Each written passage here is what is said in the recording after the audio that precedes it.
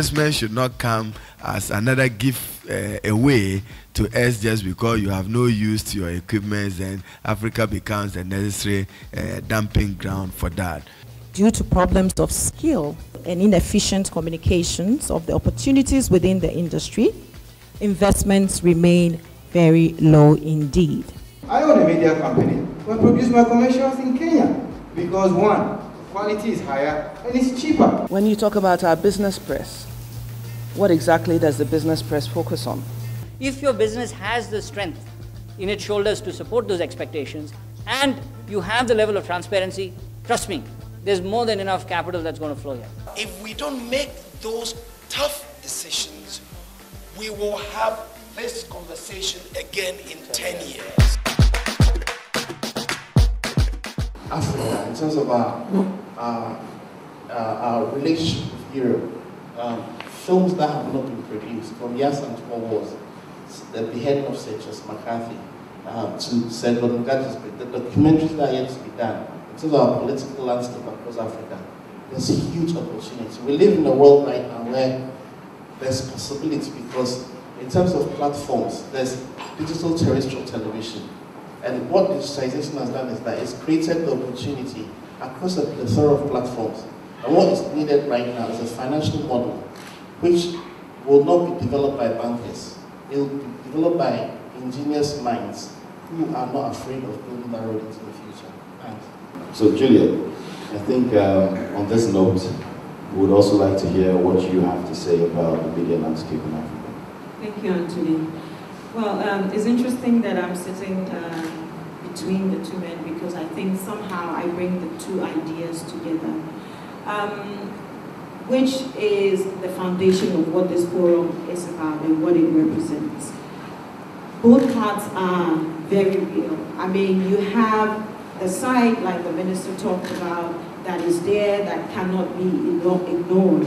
And you also have, combined with what Edward spoke about, and then you have, in real terms, also what George spoke about. But the core issue, or at the bottom of all of this, or in the middle of all of this, stands the fact that there is money, or this is a business. I mean, you look at what starts a lot of businesses, a lot of media businesses. A lot of media businesses start from the perspective of passion. And so you have that passionate side, you have the person, whether it's print media, whether it's movie, whether it's radio, the person starts with a love for the business, which is good, it's beautiful, and which is what drives people on in media business, even when there's no money.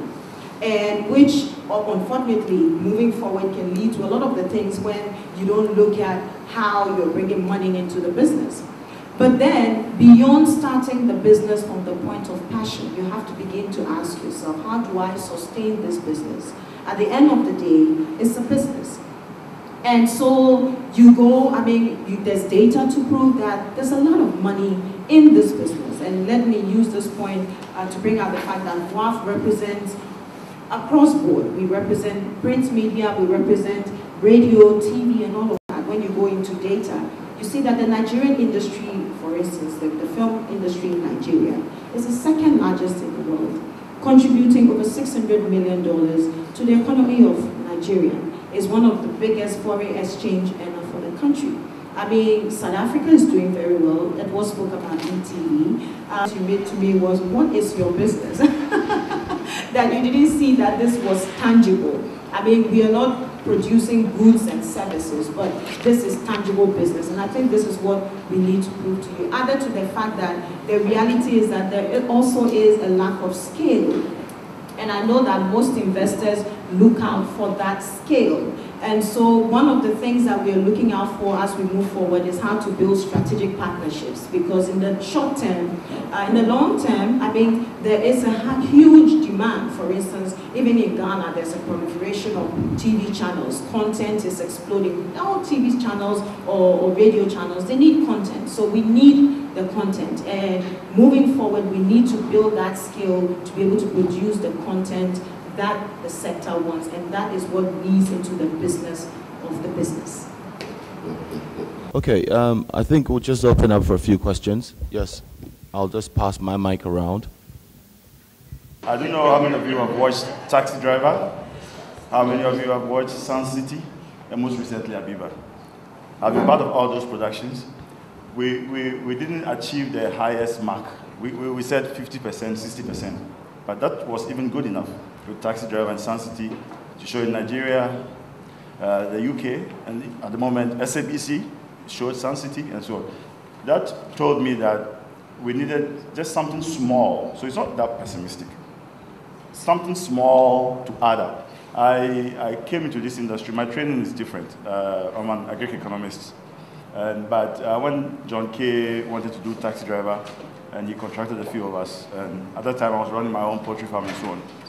But when I got into the industry, I said, it's very interesting. You can make a big impact because you reach millions of people, you can change their minds and so on, and there's lots of money in it as well. Actually, there's lots of money in it. The problem we have here is that we don't have that support, like you rightly said. Cost of capital is outrageous.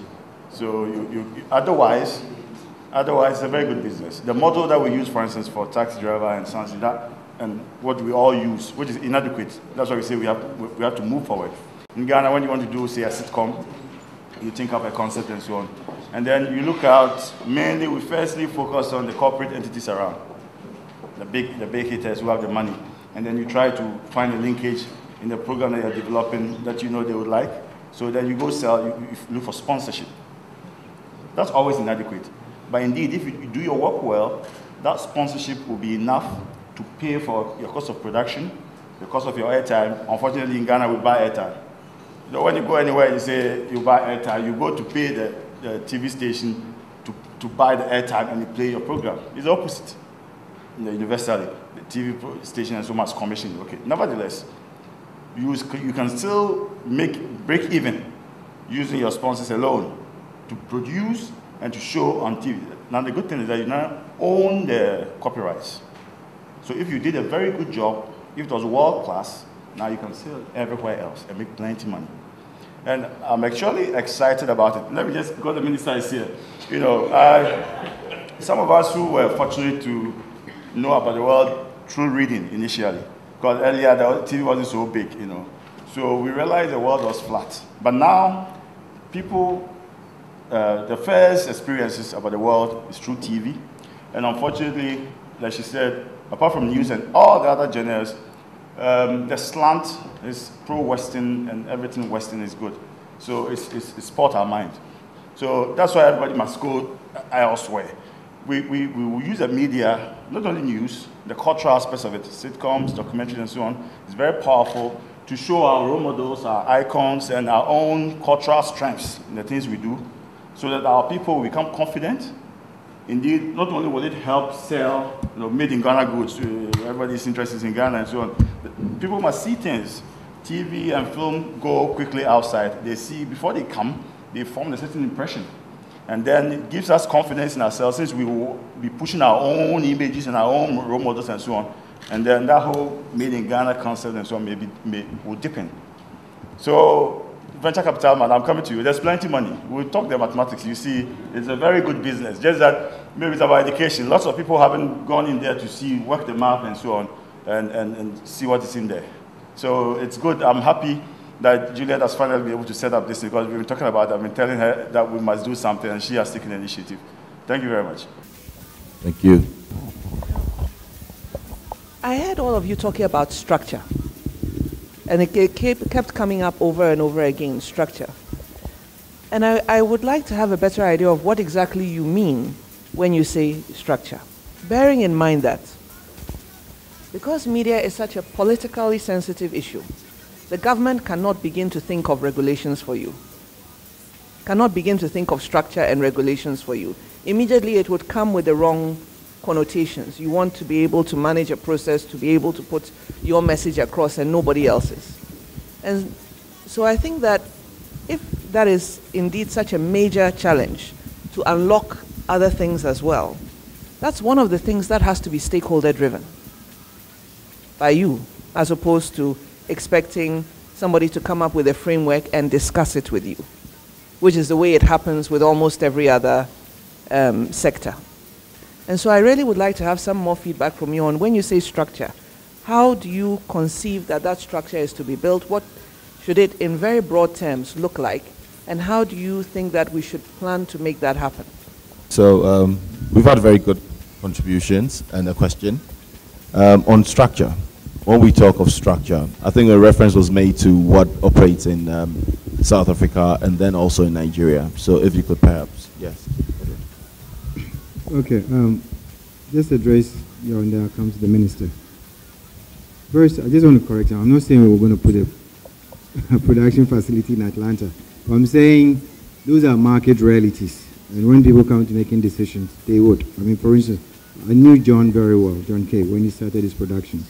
And for me, the sad part is when John started, generations in South Africa had also started. Now, if we're to be truthful to ourselves, if you look at where Generations is today, and where Taxi Driver and some of his productions are, it's like chalk and cheese. So these are realities that we have to look at. And I guess, Honorable Minister, for me when I say structure, I think it's what you've done recently, like for instance, banning second-hand clothes. I mean, I wasn't in the country, but that's what I read, if that's the truth. I applaud you because I've always said, this shirt I'm wearing, underwear. But you know, this shirt that I'm wearing, whether it be in Ghana or the UK or London, people would always say, Edward, your shirt is nice. So, I give you the name of my designer. You give the name and they call you about, my God, why is it so expensive? But this same shirt can be produced in China for $10 or 10 Ghana cedis. It's a matter of scale. And therefore, if we put in place the right structure, Ben could produce more of these shirts instead of just producing one that I buy for $100 or $150 and I don't go to the shop for another 2 years. You know, this shirt he's wearing won't cost more than maybe $15. Therefore, you sell more. It's the same thing in media. And therefore, if in Ghana you have, what, 70 newspapers, 70 newspapers, of which probably only 5 are properly capitalized, how are we going to pay our journalists well? But if there has to be a barrier to entry in any industry. I just cannot get up today and say I'm going into the oil business if I don't have the resources. But in Ghana and in most of Africa, the media is a poor person's playground. You can register a media company just like that. And that is a major problem. So for me, the structure is about making sure that the entry criteria is well defined. It's well defined for people who go in. If you want to be a banker, there is a well-defined criteria to set up a bank. But because, as again the minister said, it's highly politicized, I have raised this issue, and a lot of times the people who have really, really come down on me are my own colleagues.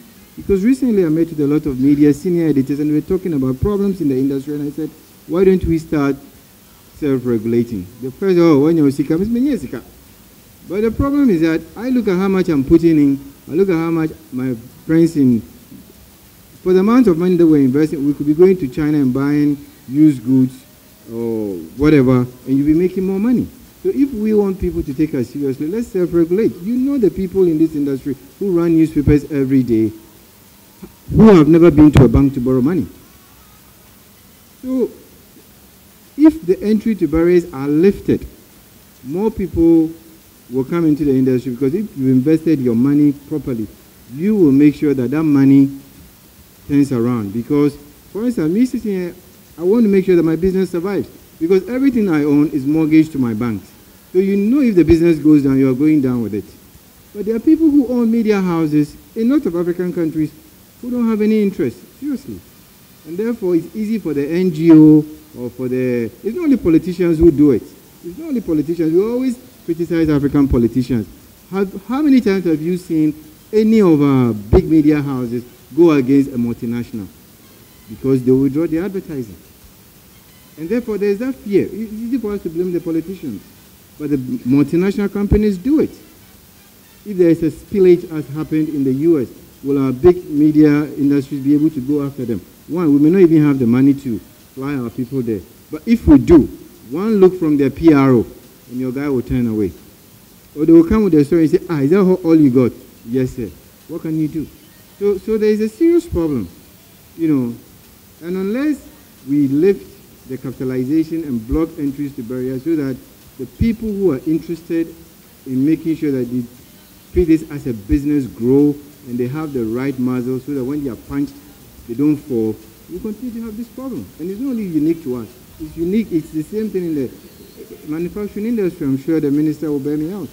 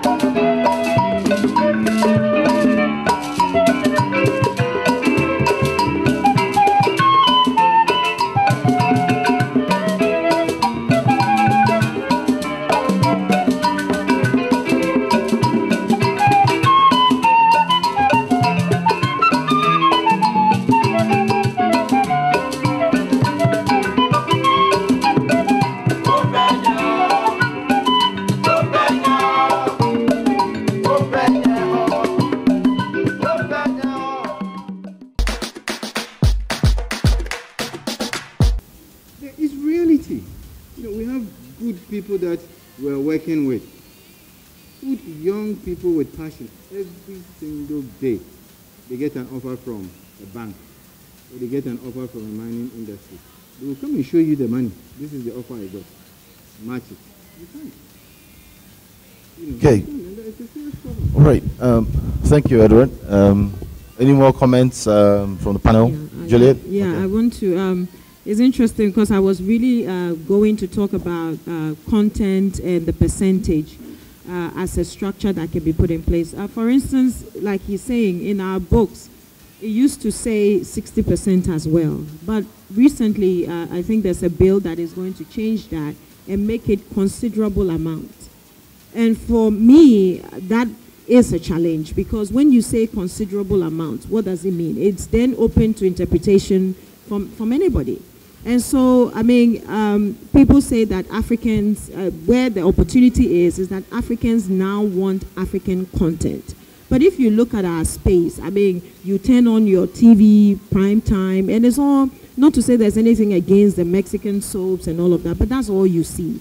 And bearing in mind that these things really affect the psyche of the people. So, for instance, within a very short time, within a year or two, you see that our young ones are imbibing foreign cultures, and you get a young person saying a foreign thing. Not that it's bad, but this just brings to mind the effect that foreign content or content has on the psyche of the people.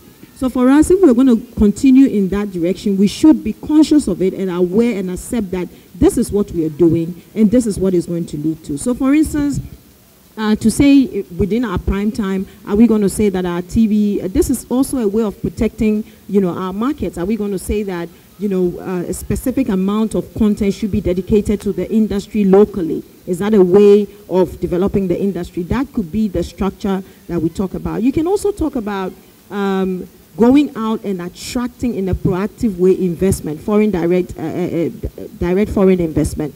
I mean, Ghana is a hub of a lot of things. Is Ghana going to put itself out there and attract people? For instance, there was a time when major films were done in this country. I mean, you had one of my first films I did, Deadly Voyage. I mean, those days were, times of, interesting productions coming here, Hollywood productions coming into this country. I remember the Liberian War was enacted here. Those were things that developed the industry. Those days when you had Ghana films, and that was the rallying point. For a lot of people who are into productions, for instance, the moving away and shoving into the corner of Ghana films, into a small thing there, was the death of our industry. We had a lab. Ghana was proudly could say that we were one of the first countries to have a lab, even though it was a black and white lab.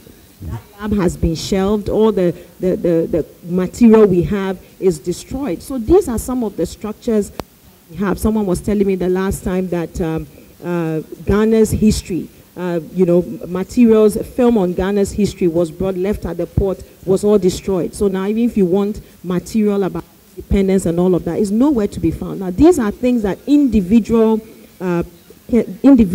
cannot do. This is something that involves policy. This is something that involves governments to put into place that structure to protect the industry. We can be the rallying point. We can, for instance, introduce tax incentives for filmmakers to come and make films here. So those are some of the structures that we are looking at.